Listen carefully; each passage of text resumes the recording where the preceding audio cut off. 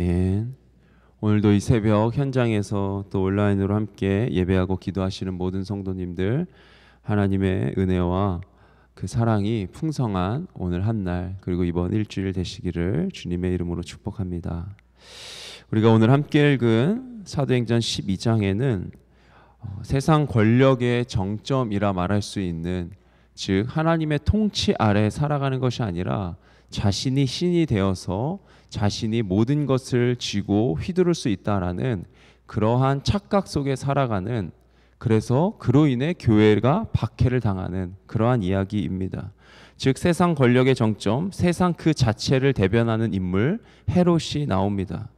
헤롯은 1절 말씀을 보면 자신이 손을 들면, 자신이 가지고 있는 권력을 사용하면, 자신의 마음대로 휘두르면 교회를 없앨 수 있다, 이렇게 없앨 수 있을 것이다 생각했습니다. 즉 예수께 속한 자들을 무너뜨릴 수 있다고 그렇게 여겼습니다. 그것은 헤롯뿐만 아니라 오늘날을 살아가고 있는 하나님의 통치를 거부하고 살아가는 모든 사람들의 생각일 수도 있습니다. 그런데 우리가 오늘 말씀을 읽어서 알지만 교회는 절대로 무너지지 않습니다. 무너질 수 없다라는 것을 보여주는 본문이 바로 오늘 본문입니다. 그 이유는 하나님이 주인이시고 하나님이 세우시고 하나님이 이끌어 가시기 때문입니다. 오늘 본문의 내용을 좀 살피면요, 헤롯이 나오게 됩니다. 헤롯 아그리파 1세인데 이는 헤롯 대왕의 손자죠. 안디옥 교회와는 달리 안디옥 교회는 계속해서 부흥하고 뭔가 사람들이 더 생겨나고 이런 과정이 있었다면, 또 이방인들에게 복음이 전파되기 시작되었다면, 예루살렘 교회는 기근과 또 헤롯의 핍박으로 인해서 어려움을 당하고 있습니다. 즉 바리새적인 성향을 가졌던, 친바리새적 그런 성향을 가졌던 헤롯이 자신의 통치권을 안정화시키기 위해, 즉 기근으로 인해서 백성들의 원망이나 또 백성들의 그 문제, 소요가 일어날 것을 이제 잠재우고자 그 반대의 사건을 일으키는데, 그게 바로 교회를 핍박하는 것이었습니다. 즉 종교 지도자들의 환심을 사기 위해서 또 교회를 향한 정치적인 압박을 가하는 것입니다. 당시 지도자였고 리더십의 정점에 있었던 요한의 형 야고보를 죽이는 그런 일을 행하죠.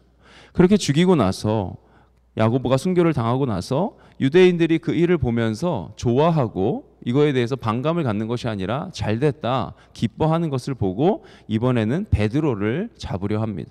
베드로를 잡아서 옥에 가둡니다.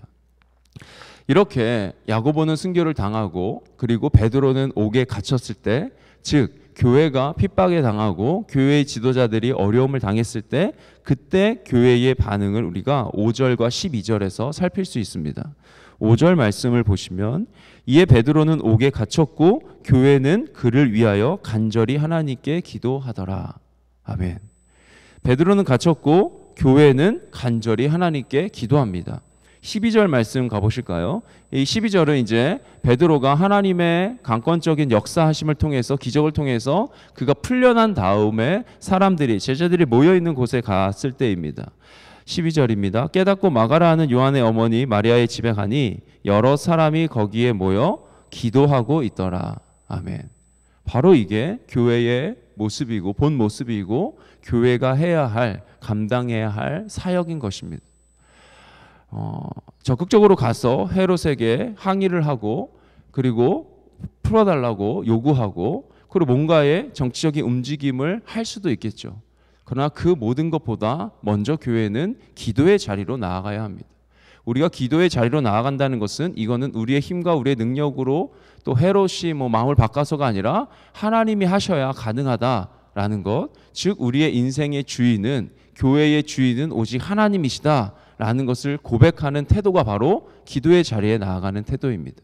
우리가 이 새벽을 깨우고 새벽 기도의 자리에 나오는 이유는 다른 것에 있는 것이 아니라 내 인생의 주인이 하나님이시기에 오늘 하루도 하나님께 맡기고 또 하나님께 간구해야 될 것들을 구하며 하나님께 무릎 꿇기 위해서 우리가 나오지 않습니까?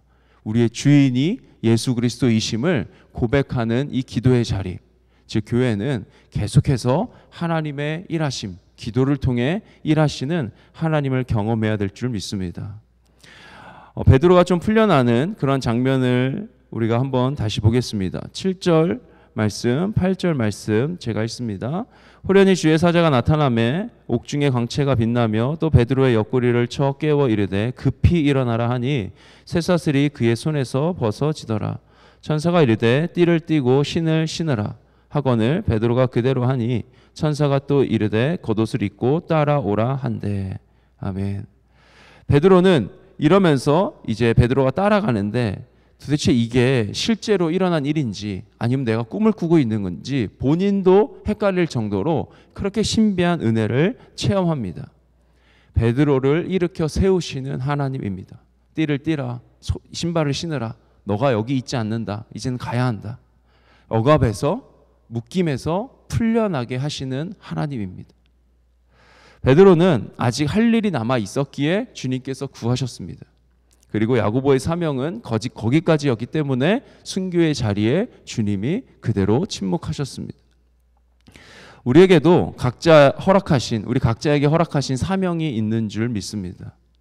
주님께서 그 사명을 허락하셨고 그 다음에 허락하신 하나님께서 일으켜 세우시고 그리고 그 사명을 끝까지 감당할 수 있는 힘을 주시는 분이 바로 하나님이심을 우리가 믿고 주님께서 허락하신 사명을 다시 한번 되새기고 그 사명의 자리 끝까지 순종할 수 있는 내가 되기를 간절히 소망합니다. 기도하시기를 바랍니다.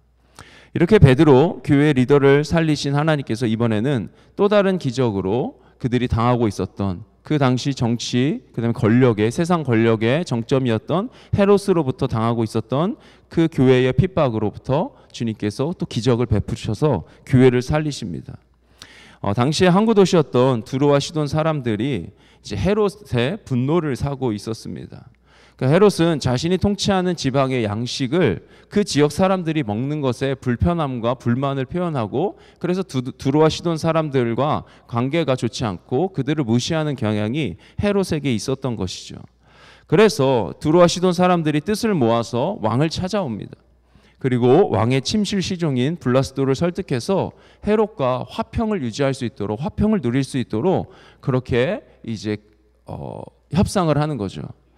그래서 아마도 헤롯의 마음에 아주 흡족한 계약이 체결되지 않았을까. 또 백성들에게 이 사건은 아주 훌륭한 정치적인 업적이다. 그래서 모든 백성에게 나는 이러한 왕이다 라는 것을 자랑하려고 자신의 능력을 과시하려고 단상에 섰고 그리고 또 백성들이 모인 곳에서 헤롯이 연설을 합니다.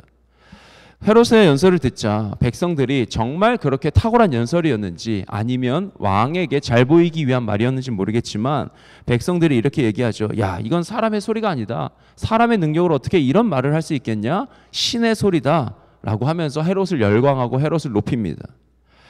그러자 누가는 사도행전을 기록한 누가는 헤롯이 하나님께 영광을 돌리지 않고 본인이 신이 되었기 때문에 주의 사자가 쳐서 벌레에 먹혀 죽었다. 갑작스러운 죽음을 기록합니다. 중요한 것은 헤롯이 이렇게 죽었다 보다 더 중요한 것은 그로 인해서 24절의 결과가 나왔다라는 것입니다. 24절 말씀 같이 읽겠습니다. 시작. 하나님의 말씀은 흥왕하여 더하더라. 아멘. 벌레에 먹혀서 죽은 헤롯. 그로 인해서 그렇게 헤롯이 죽음과 동시에 이어서 기록되는 말씀, 그러나 하나님의 말씀은 흥왕하여 더하다. 교회의 박해 속에 하나님이 일하고 계심을 증명합니다. 복음을 짓밟던 헤롯은 죽고 짓밟히던 말씀은 다시 흥왕하여 더 넓은 지역으로 더 많은 사람들에게 퍼져나가는 것입니다. 잠시 위축된 교회도 말씀으로 다시 되살아나는 것이죠. 오늘날 우리가 그런 것을 경험하고 있지 않습니까? 코로나라는 그런 경험해보지 못했던 그런 비상상태 속에서 우리가 이 상황들을 지나고 그 다음에 교회가 세워지는데 무엇으로 교회가 세워집니까? 말씀으로 세워지는 것입니다. 다른 것으로 세워지는 것이 아니라 말씀과 기도로 하나님의 거룩하심과 하나님의 능력을 회복하는 것이 바로 오늘 우리 교회임을 우리가 믿습니다. 이처럼 아무리 위축돼도 아무리 짓밟혀도 우리는 무너질 수 없고 망할 수 없고 실패할 수 없습니다. 로마서 8장 38절 39절 잘 아시는 말씀이실 텐데요. 제가 이 말씀을 읽고 오늘 말씀을 마치겠습니다. 내가 확신하노니 사망이나 생명이나 천사들이나 권세자들이나 현재일이나 장래일이나 능력이나 높음이나 깊음이나 다른 어떤 피조물이라도 우리를 우리 주 그리스도 예수 안에 있는 하나님의 사랑에서 끊을 수 없으리라. 아멘. 정말 아멘입니다. 그 어떠한 권세도 우리를 그리스도 예수 안에 있는 하나님의 사랑에서 끊을 수 없음을, 내가 어떠한 상황과 환경을 만난다 할지라도 선한 목자 되신 주님께서 내 삶을 주님 곁으로, 주님 가까이 이끌고 계심을, 내 삶뿐만 아니라 우리 가족과 또 내가 하는 모든 일과 또 우리 교회 역시 하나님이 그렇게 지키시고 인도하심을, 그 하나님의 사랑을 믿고 신뢰하는 아연의 모든 성도님들 되시길 주님의 이름으로 축복합니다. 기도하겠는데요. 오늘은 평신도 주일을 앞두고 평신도 주간을 지내며 나눠드린 이 기도문들이 있습니다. 그래서 글씨가 조금 작아서 보시기 어려우신 성도님들은 제가 기도를 할 때 귀로 잘 들어주시면 좋겠고요. 혹시 함께 기도문을 읽으며 기도하실 수 있는 분들은 이 기도문으로 오늘 마치고 그리고 주기도문으로 하고 기도하도록 그렇게 하겠습니다. 5월 27일 월요일 하나님의 사랑을 배우는 가정이라는 제목의 기도문, 그 밑에 새로운 날을 주시고부터 우리 함께 읽도록 하겠습니다. 시작. 새로운 날을 주시고 주님의 사랑 가운데 살아가게 하시니 감사드립니다. 저희를 주의 자녀로 살아가게 하시고 하나님의 사랑으로 가정을 세워주셨습니다. 저희의 가정이 주님의 뜻을 이루어가는 가정이 될 수 있도록 인도하여 주시고 부모를 공경하고 자녀를 주의 말씀으로 가르쳐 주 안에서 든든히 세워져 가는 가정이 되도록 인도하여 주옵소서. 저희 믿는 자들의 가정이 다른 이웃들에게 믿음의 본이 될 수 있도록 하시고 가정을 통하여 하나님의 은총과 사랑의 신비를 경험할 수 있도록 인도해 주시옵소서. 가정 안에서 서로 섬기고 인내하고 사랑하는 경험을 통하여 광야와 같은 거친 세상을 살아간다 하여도 낙심하지 아니하고 기쁨으로 살아가게 하시옵소서. 아이들이 건강하고 안전하게 살아갈 수 있는 나라가 되도록 어른들이 마음과 힘을 모을 수 있도록 인도하시고 하나님이 우리 모두에게 주신 각각의 달란트들이 존중받고 귀하게 사용될 수 있는 교육과 사회가 될 수 있도록 인도하여 주시옵소서. 가정의 주인이시고 인도자 되시는 하나님의 은혜를 찬양하며 우리 주 예수 그리스도의 이름으로 기도드립니다. 아멘. 하늘에 계신 우리 아버지여, 이름이 거룩히 여김을 받으시오며 나라가 임하시오며 뜻이 하늘에서 이루어진 것 같이 땅에서도 이루어지이다. 오늘 우리에게 일용할 양식을 주시옵고 우리가 우리에게 죄 지은 자를 사하여 준 것 같이 우리 죄를 사하여 주시옵고 우리를 시험에 들게 하지 마시옵고 다만 악에서 구하시옵소서. 나라와 권세와 영광이 아버지께 영원히 있사옵나이다. 아멘.